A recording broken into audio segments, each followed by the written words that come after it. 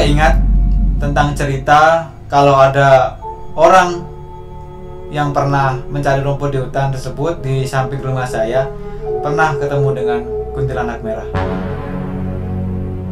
Tapi yang saya temukan ketika pas saya melihat sekeliling adalah putih-putih yang ada di hutan. Tahu siapa orang yang pernah mencari rumput di samping rumah saya dan ketemu dengan kuntilanak merah tadi? Seperti apa ceritanya?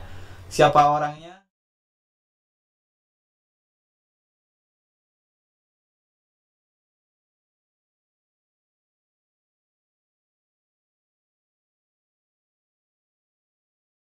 Selamat malam, rencana balik maneh ning cerita horor. Kali ini saya akan bercerita mengenai orang yang pernah bertemu dengan kuntilanak merah.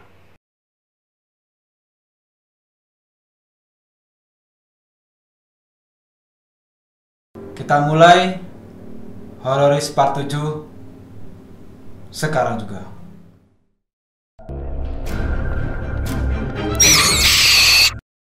Saya akan menceritakan tentang tempat tersebut. Jadi seperti ini, tempat tersebut seperti yang saya ceritakan kemarin, saya tertinggal di tepi hutan. Rumah saya kalau disimpulkan seperti ini. Rumah saya kalau di sebelah kanan rumah saya, di tengah itu ada hutan, dan agak sedikit ke tengah, lebih ke tengah lagi dia ada kayak seperti danau, atau lebih tepatnya dulu itu bukan danau sih sebenarnya. Kalau di tempat saya sampai sekarang masih ada kayak seperti penggalian tanah, karena di tanah saya, di kampung saya, tanahnya itu banyak pasirnya.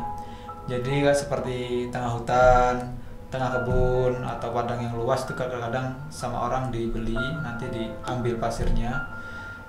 Jadi tempat tersebut sebenarnya sebelumnya itu bukan danau atau bukan kayak aliran air.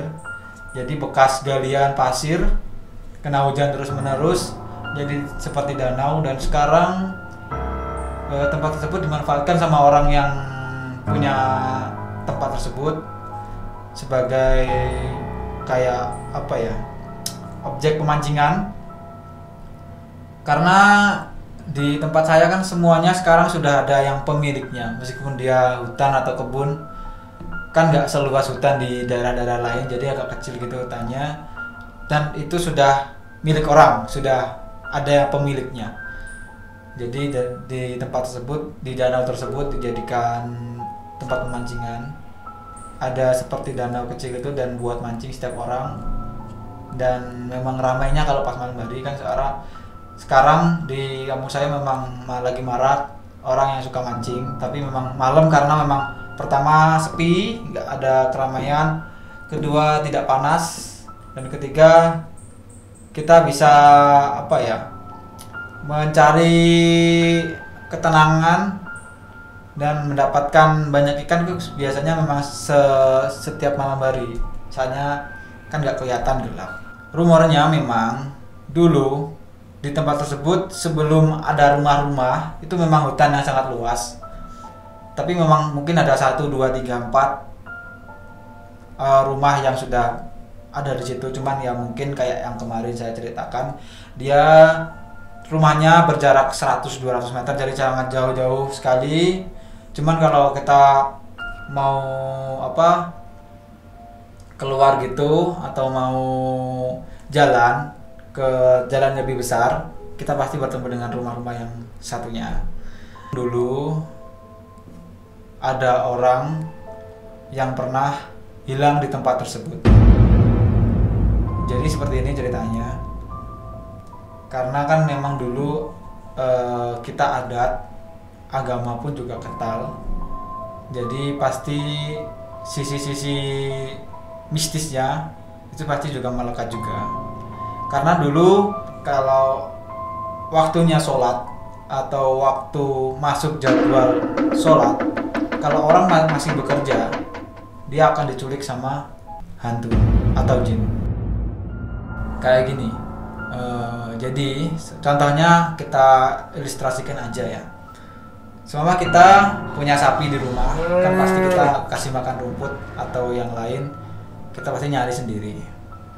Kita pergilah ke hutan yang banyak rumputnya. Kita mencari rumput di situ. Pasti kan nggak 1 atau 2 jam, pasti agak lebih. Kadang kan kita di sana lihat-lihat tempat dulu, nanti santai-santai dulu, nyiapin barang-barang dulu, ngasah celuritnya, aritnya tuh diasah dulu. Nah, itu baru kita mencoba kita potong rumputnya semua, kita masukin ke karung. Nah, itu kan waktunya juga lama. Kan dulu tuh sudah dibikin banyak orang. Nah, orang-orang di situ pas ketika itu waktu itu nggak mengenal seperti hal itu, maksudnya dianggap seperti hal biasa.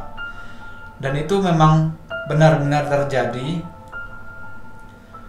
kepada beberapa orang.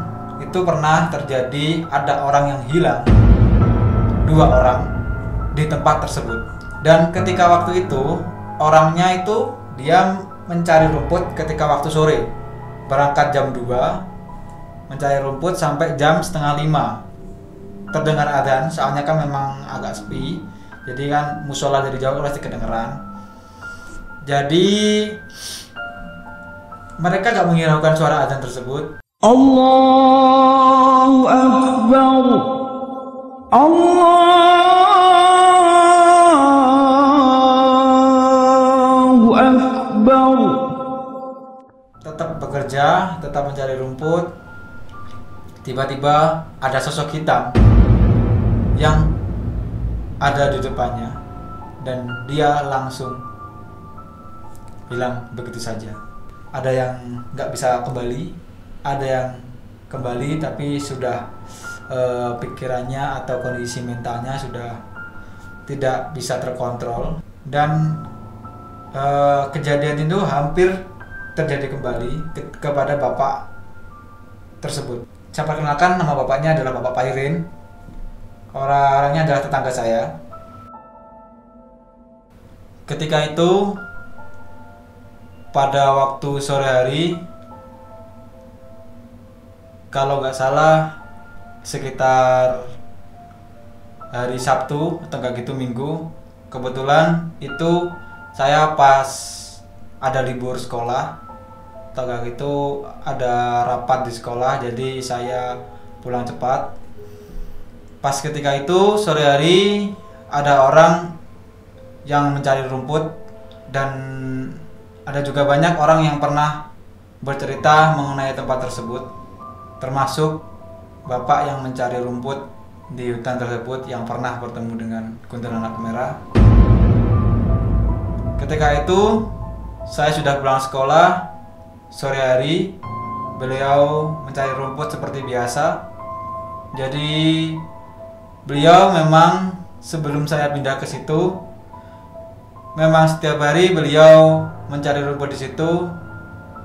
Dan selama orangnya mencari rumput di situ, sebelum saya pindah ke, beliau tidak pernah merasakan atau mengalami kejadian yang sangat menakutkan. Tidak tahu kenapa, alasannya kenapa.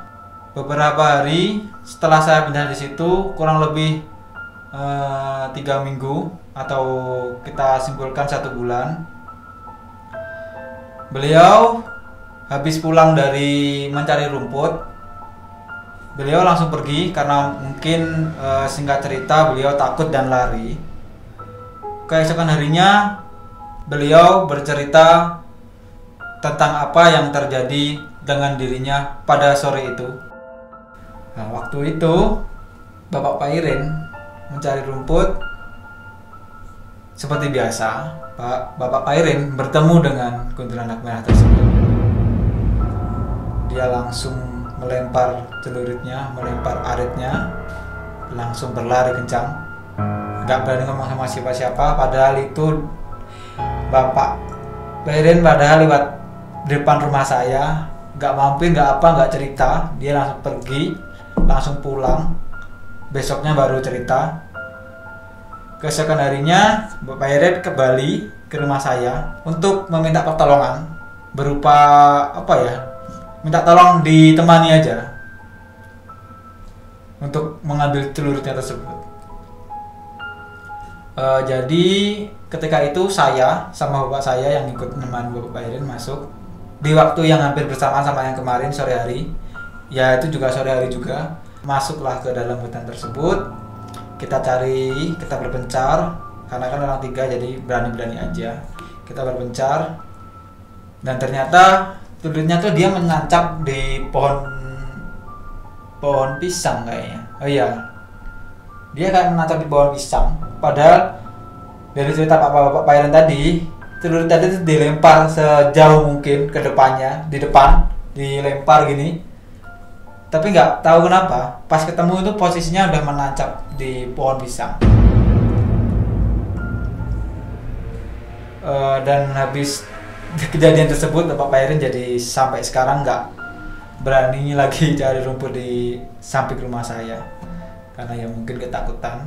Soalnya beliau pun juga nggak berani menceritakan detail sosok tersebut yang dia temui.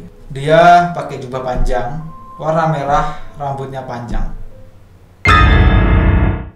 dan dia nggak melihat wajahnya, memang udah ketakutan banget. Anjir, merinding. Sumpah merinding. Jadi lepas kejadian tersebut, Pak Pairin udah gak mencari rumput di situ lagi, mungkin di tempat lain. Dan kejadian tersebut mengganggu keluarga saya. Maksudnya mengganggu tuh menjadi was-was, tetangga saya juga yang lain juga menjadi was-was. Jadi seolah-olah kita kayak seperti diteror dengan kabar tersebut. Tapi ya kita tetap menjalaninya seperti biasa.